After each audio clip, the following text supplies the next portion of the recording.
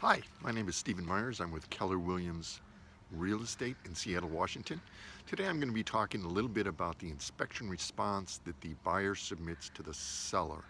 Before I get there, I want to talk about a couple of other things. One is the buyer is actually the person who engages the inspector. So get together with your agent and identify 2 or 3 inspectors that you can call once you go under contract with a purchase and sale agreement. You'll need to facilitate the inspection through your agent because your agent does need to be present at the inspection. Second thing I want to talk to you about is, and I urge you to do this, sit down with your agent and identify 2 or 3 people within the trades professions. Your electrician, your plumber, your roofing contractor, your HVAC guy. And here's what I want you to do. I want you to call 1 or 2 of those people, and here's what I want you to say. Hey, electrician, I am in the process of purchasing a home, and it's possible that my general inspector will recommend that an electrician come in and take a look and see if there's anything that needs to be repaired. Let's assume that it's a electrical box, just by example. And what I want to do is be able to give you a call. I want you to come in, and then what I want you to do is give me a very detailed bid on what those repairs would cost. I want the labor costs, I want the material costs, a detailed bid written. And here's why I say that. Because when I submit my inspection response to the seller, I want to be able to attach that bid to that inspection response so that the seller knows exactly what needs to be done. So please go ahead and do that. I also want to talk to you a little bit about the deadlines that are in the inspection contingency. There are actually 4 deadlines. The first deadline is, and this is a default, and these deadlines will be negotiated between you and the seller in the negotiating process, but I'm going to use the defaults just for an example. The first one is you as a buyer have 10 days to do your inspection, submit your inspection response to the seller.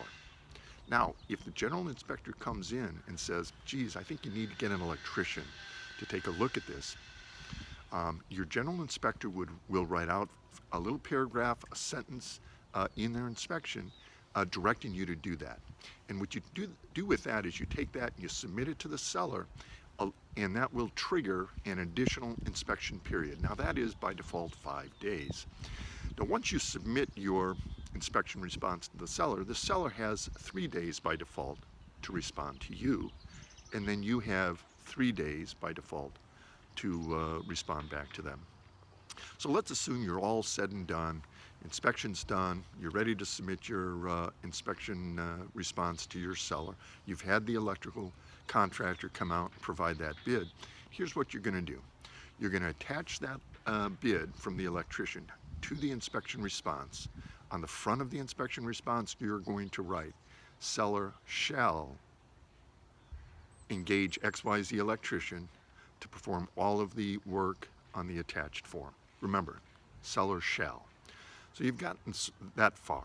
Let's assume that you add an additional 6 items to that inspection response. You're ready to submit it to the seller. I'm going to ask you to do 2 other things.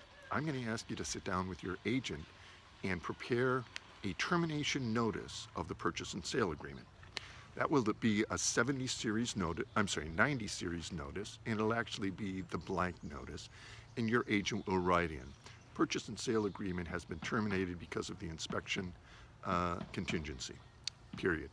Another document I want you to fill out, and that is Form 50, and that is going to be a form that requests your earnest money back from the seller through the escrow company. Okay, so I want you to do that as well.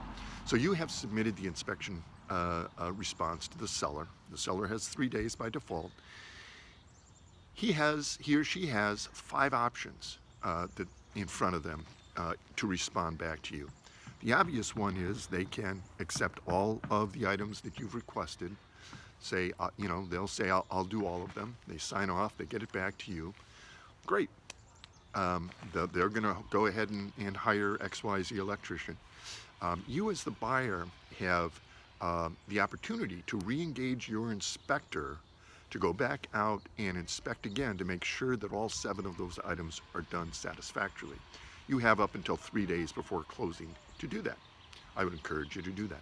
So now that leaves 4 other options that the seller has.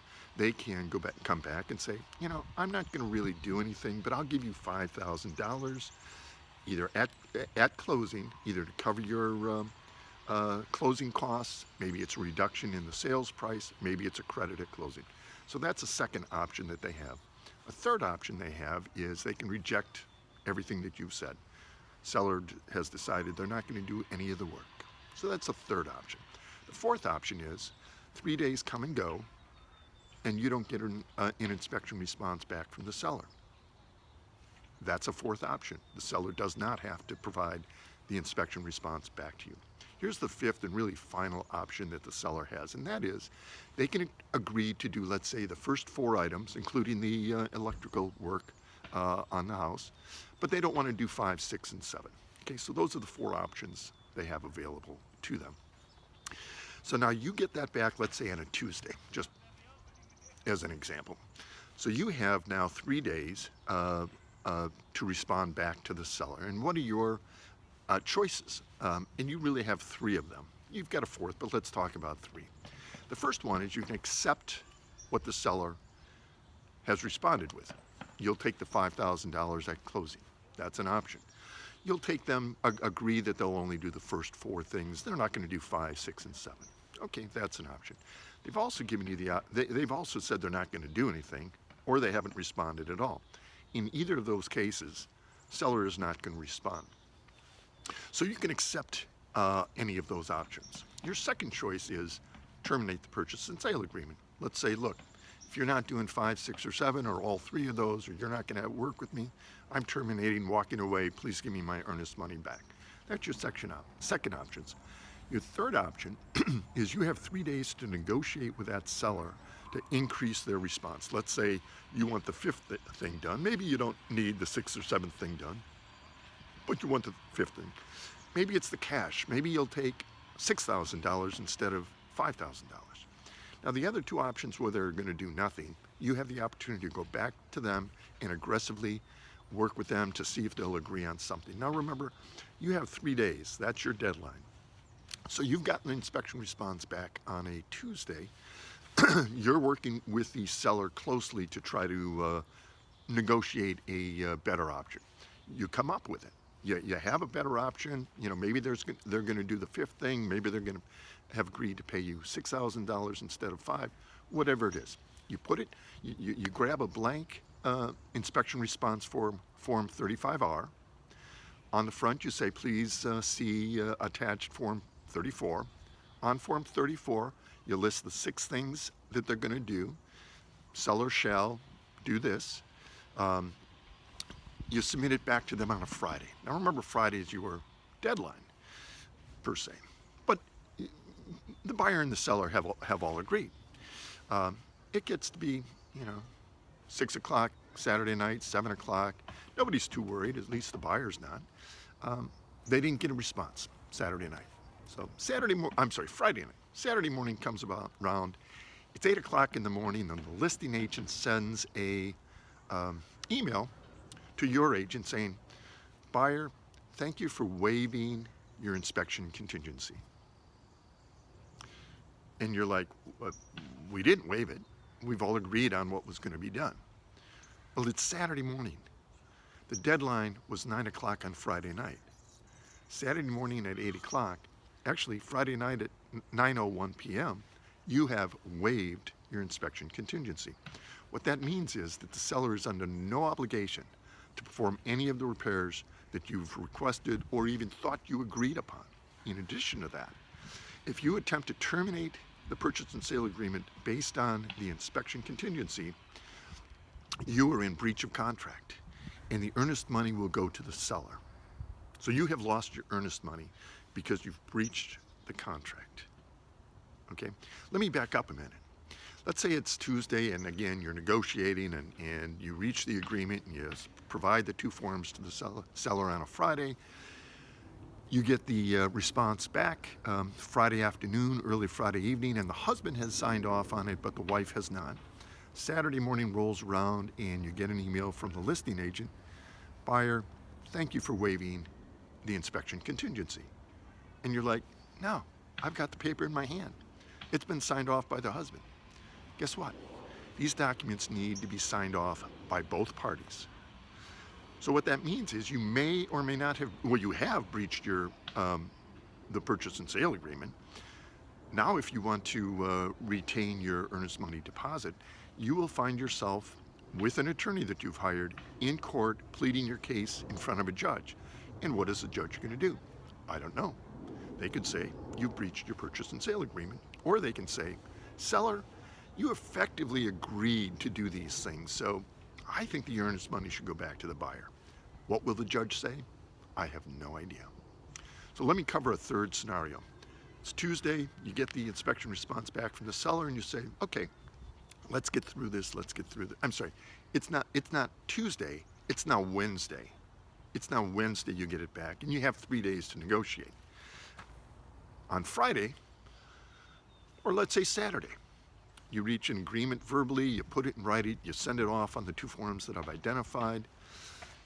So that is Thursday, Friday, Saturday. Those are 3 days.